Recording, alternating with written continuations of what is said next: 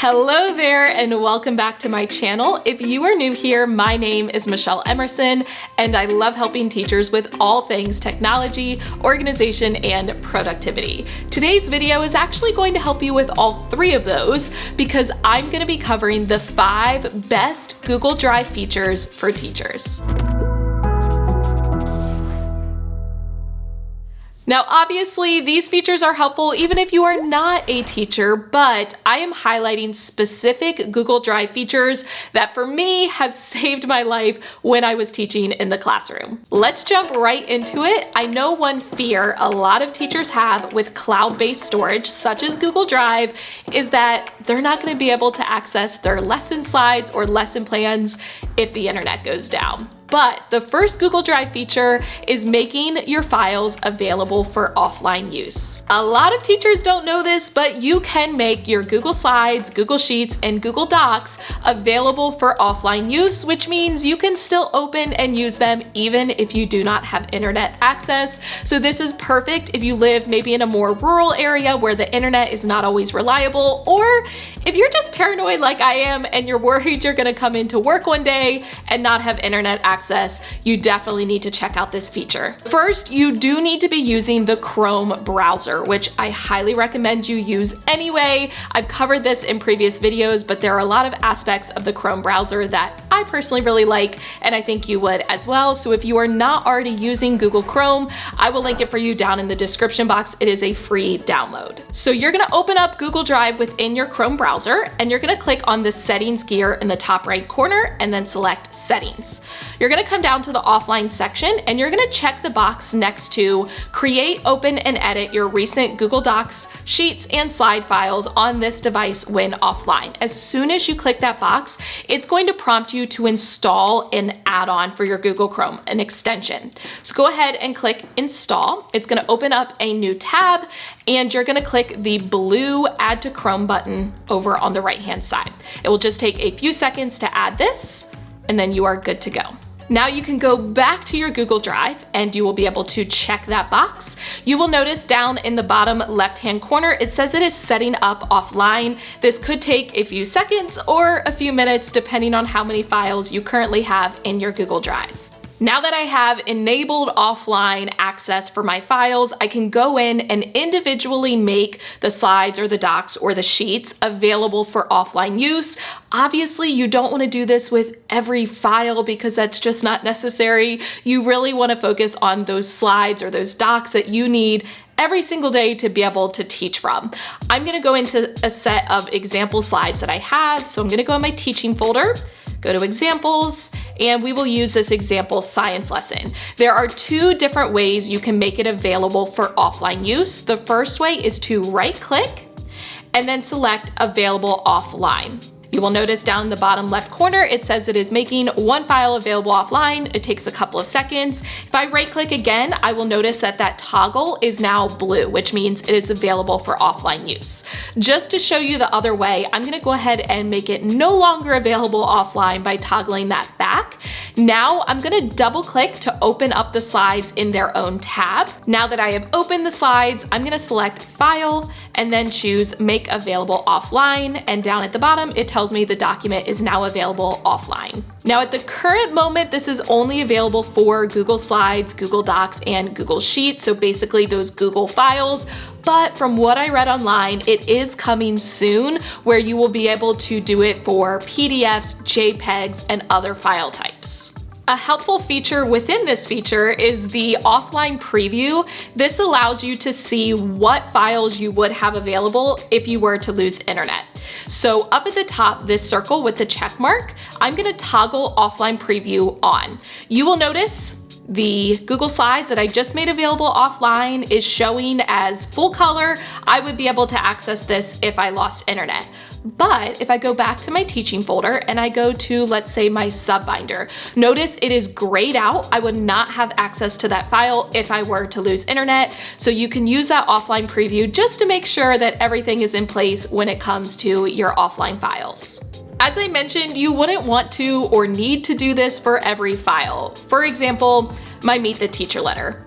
I use it at the beginning of the year, but I'm not gonna need to open it up on a random Tuesday in November. So that is not a file I would need to have available for offline use, but my daily teaching slides is something I would definitely want to make available for offline use so I could access them even if I lost internet.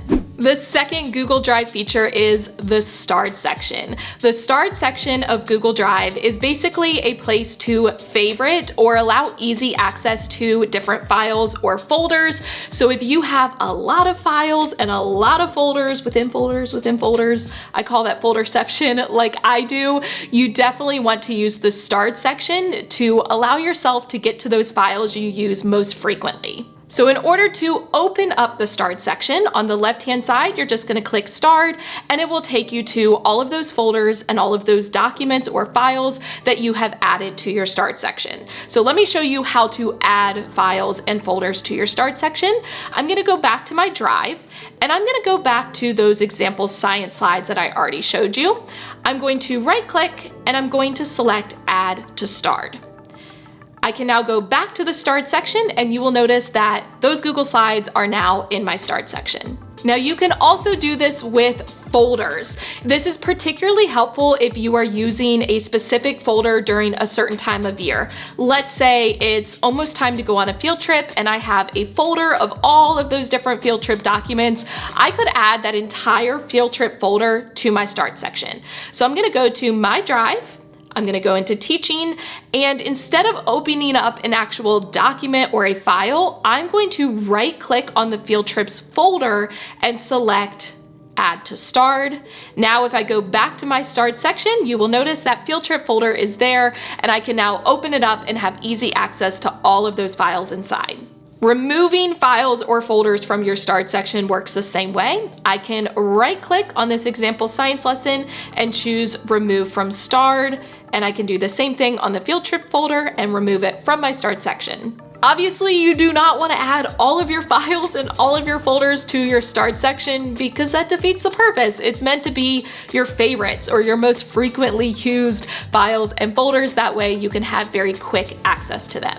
So I'd highly recommend adding those folders, like I said, that you're using during certain times of the year. For example, back to school time or field trips or holidays, anything that you are using during a specific time of the year, you can add it to the Starred section just for those few weeks or few days that you need it. You also can add like your daily lesson slides or your weekly lesson slides, or if you have them organized per unit or per marking period, you can add those into your Starred section when you need them and then remove them when you're done.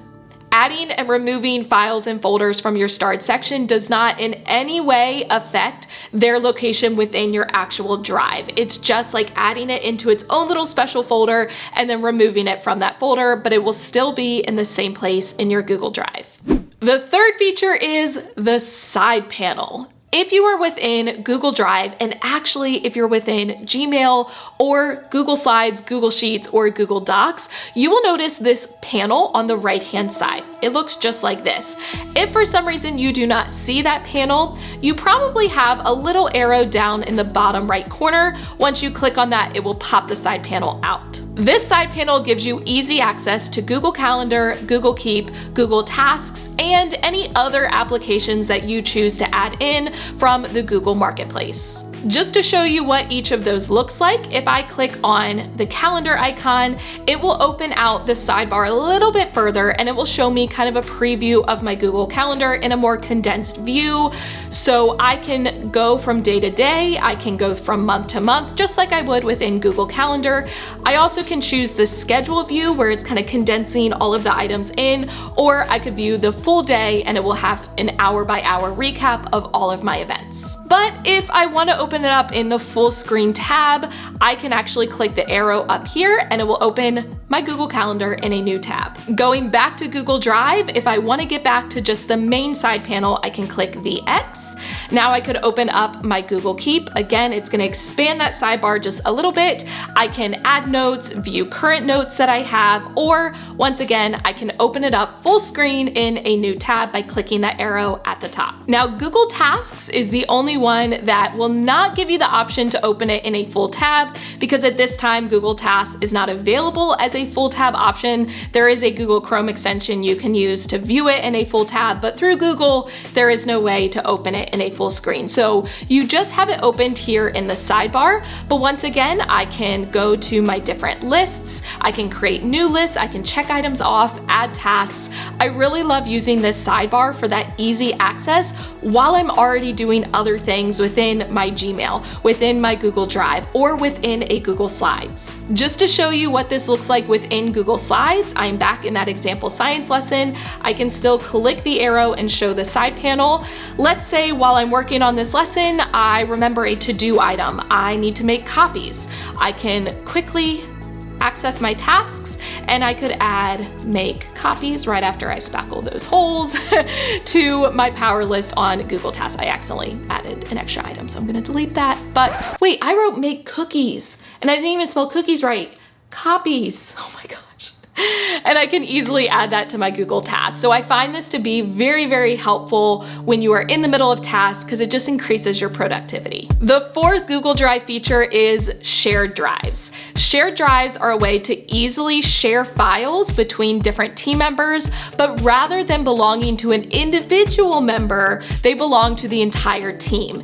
This means if any individuals leave, so whether they're going to another school or another district, you don't have to worry about those files disappearing because they belong to that shared drive rather than the individual. Now, this is only available if your organization supports it. And because I am using a personal Google Drive, I cannot show you what it looks like within my Google Drive because I don't have access to shared drives, but I'm gonna put some pictures and screenshots up on the screen as I talk through it. So in order to create a shared drive, you're gonna click on the new button and then select shared drive. Once you click on a shared drive, you can add members to that shared drive by clicking the add members button and then typing in either their name or email address. Then you would upload files or folders the same way you do within your Google Drive, and you have the ability to change the access level for different members within the shared drive. So I will put a screenshot over here that kind of explains what those different access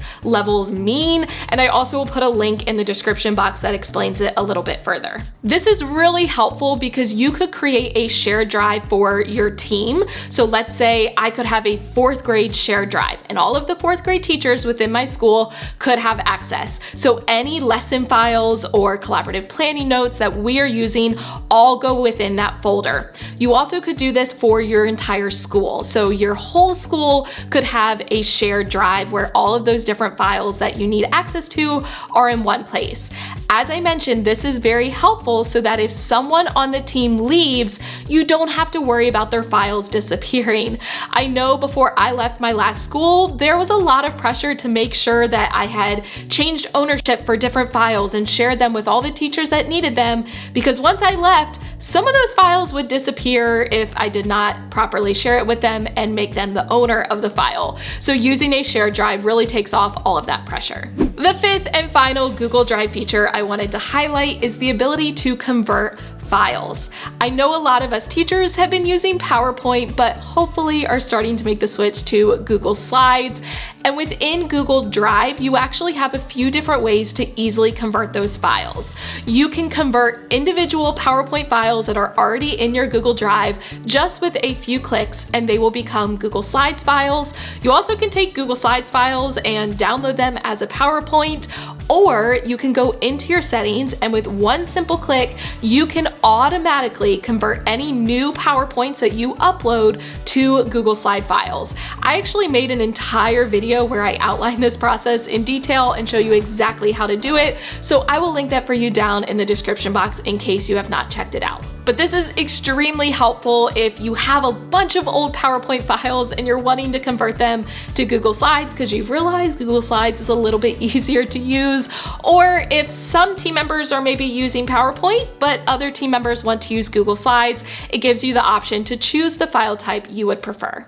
So that is it. Those are my 5 best Google Drive features for teachers. Hopefully you learned something new, and if you did, I would love for you to give the video a thumbs up.